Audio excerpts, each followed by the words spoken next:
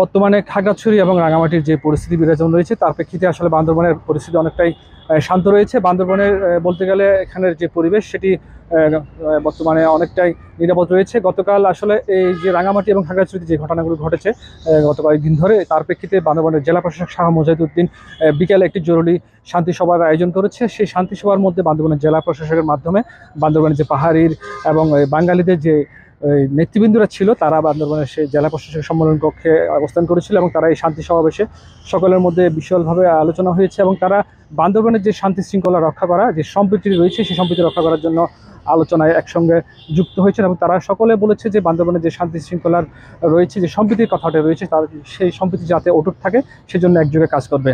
জেলা প্রশাসক আসলে এই সবার মধ্যে সভাপতিত্ব করেছেন এবং তিনি যারা পাহাড়ি নেতৃবৃন্দ এসেছেন এবং বাঙালি নেতৃবৃন্দ যারা সেখানে অংশগ্রহণ করেছিলেন তাদের প্রতি একটি কথা বিশেষভাবে তাদের প্রতি তিনি আহ্বান জানিয়েছেন যে বর্তমান সময়ে যে গুজব ছড়াচ্ছে সেই গুজবে যাতে কেউ কান না দেয় এবং এই যে বর্তমান পরিস্থিতি সেই পরিস্থিতি যাতে পাহাড়ি এবং বাঙালির মধ্যে যে বান্দরবনের যে সহাবস্থান রয়েছে সেটি যাতে অটুট থাকে, সম্প্রীতি যাতে অটুট থাকে সেজন্য প্রশাসন কাজ করছে এবং প্রশাসনের পক্ষ থেকে সার্বিক সহযোগিতা অব্যাহত থাকবে বলে তিনি বৈঠকে নিশ্চিত করেছেন।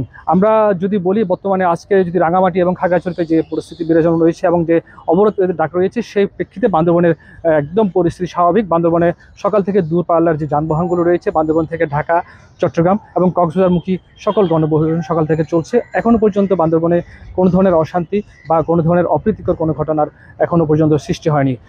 গতকাল এবং আজকে পর্যন্ত বান্দরবনের পরিস্থিতি এখনও শান্ত রয়েছে এবং জনগণ যাতে শান্তভাবে চলতে পারে এবং স্বাভাবিক পরিস্থিতি বিরাজমান থাকে সেজন্য আইনশৃঙ্খলা বাহিনীর অতিরিক্ত সদস্য শহরের গুরুত্বপূর্ণ সড়কগুলোতে মোতায়েন রয়েছে।